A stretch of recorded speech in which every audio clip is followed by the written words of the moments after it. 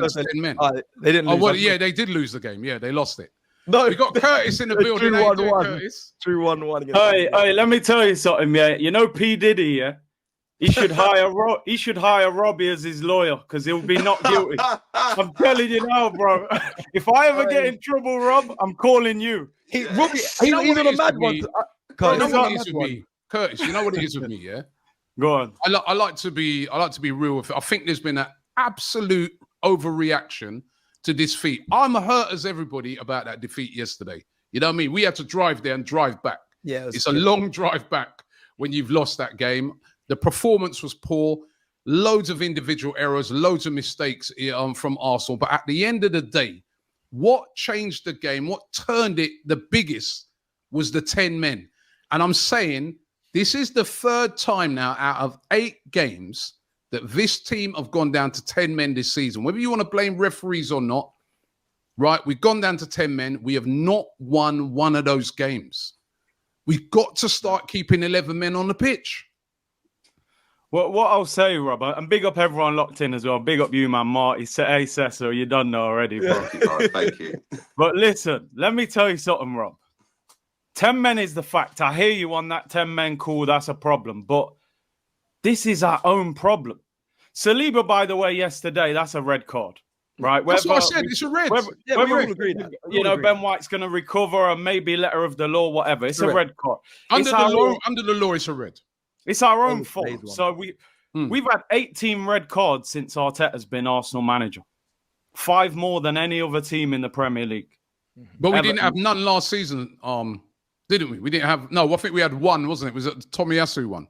Tomiyasu, and 3 this season in 8 games. 3 in 8. So we have to look at ourselves, first of all, and say, how come we're getting red cards all the time? But I'm going to take it back slightly before we get back to where we are now. Don't do transfer window talk. I don't. No, I'm doing it. Fuck yeah. Because I heard 7s, 8s out of 10 in the summer.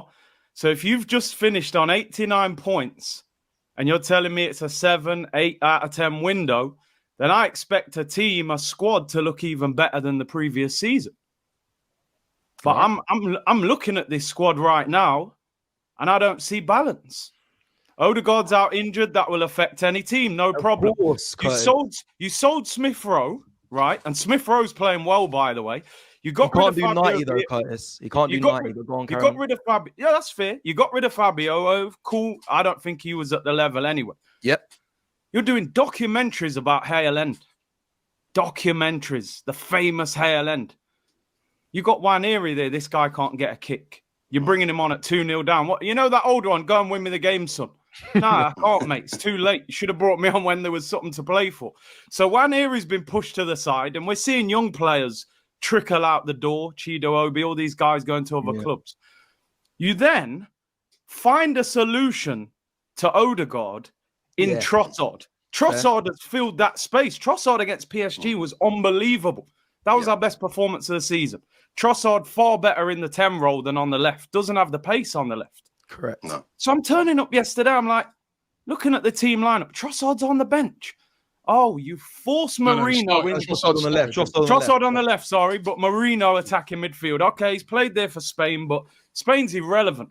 We're looking Arsenal Premier League. You ain't even started a game for Arsenal yet, and you're starting in the 10.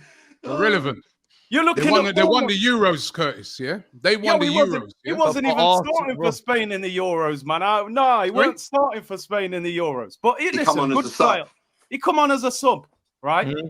And Marino, by the way, yesterday, I don't want to write him off, but he had a shocker. You guys are writing him off already. No, Curtis, in your fan cam, you're cussing him differently. Listen, emotion, you know.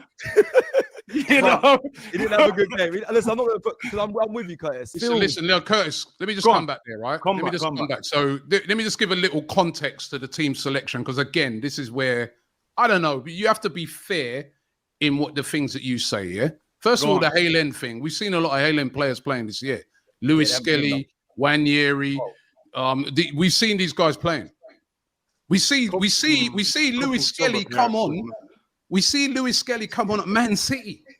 Skelly in front of other players. So that's one thing. But let me just say, right, that team yesterday, it was a lot different, but obviously let's put a bit of context on it. There's no Saka, there's no Martinelli.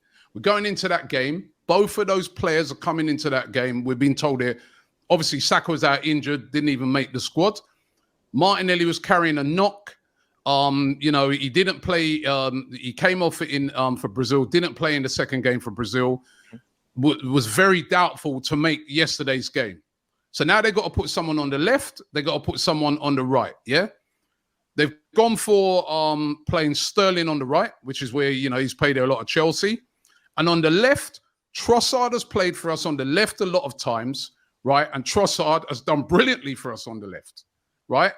And then Marino, as I said, is not foreign to playing in that number 10 position. Played the last 2 games for Spain in that position. So when you look at it in that context, when you look at it in that context, Curtis, right? You can see why he did that. It didn't work. You're right, it didn't work. But we've seen Trossard play on the left and be outstanding. But it didn't work yesterday. I hear you on that, but that is why he went with that lineup, I think, at the start. Just the Haaland thing, because I'm backing you in. I think Robbie's talking a bit madness when it comes to the whole 10-man thing. But when it comes to the window, a lot of the Haaland boys, I think Ethan Wanyeri, I would want to see more of him. Well, he wanted him gone. Yeah, I was glad when he left. Even now you're coming and talking about Haaland. What's he doing at Palace? Right? Yeah, but you know what? You're jumping on here now talking about Haaland. Yeah, no, because one ear is different though, bro. Separate them. You know what I mean? Separate them. You got to be consistent. I hear it. They will have their moments. Because listen, he's definitely ready. But yeah, man, I have to just jump in on that one. Marty, if there's something you want to say, because I feel like we've also got someone else in the back as well. And then Curtis, go on. I might drop out for the next guest. For me personally, I think you're spot on there. Wanyeri, you've got to give the guy a chance. Seeing stories of Madrid being linked with Saliba and things like that, you have that worry in the back of your mind that this process falls apart if 1 or 2 of these boys decide to leave. Are we those, Curtis, right? Are we overreacting? I've seen some craziness today, right? I've been involved in the craziness, by the way, in the last 20 months. You know what I mean? I was in the middle of that craziness. Do you know what? They deleted my TikTok account yesterday. Serious? Yeah, deleted, man. I got some long email, TikTok account gone, man. So, why? Crazy reactions. But, hey, it is what it is. But just in terms of the overreacting, listen, and again, some people will say it's one game, you know, dust yourself down, go and beat Shakhtar. And I get that. That's all we can do as a team and as a fan base. But there's a lot of history with Arsenal. And there's a lot of PTSD with the fan base. It's been 20 years since the title. There's no Champions League ever. We're now nearly 5 years without even one piece of silverware. And to me, at the moment, we're in the middle of a 3-year spell where it's 3 title challenges in a row. So I'm looking at it going, even since Pep's been in this country, Chelsea have won a Champions League and a Premier League since Pep's been here. Because people say when Pep's here, you can't win anything. But Chelsea have won a Premier League and a Champions League. Liverpool have won a Premier League and a Champions League and an FA Cup and a Carabao Cup. Man City have won 4 titles in a row. We're in the middle of a period now where we're saying, this is a strong moment for us. You know, we've got a good team, good manager, things are going well. But the silverware is not there to back up what we're doing. And if in 5 or 10 years' time, you look back on this period and you go, well, 1 FA Cup in that spell, you're not going to look back on this spell as a moment of glory and success for Arsenal. You're going to go, we flattered to deceive. We didn't quite get there. And it fell apart when Saliba went to Madrid.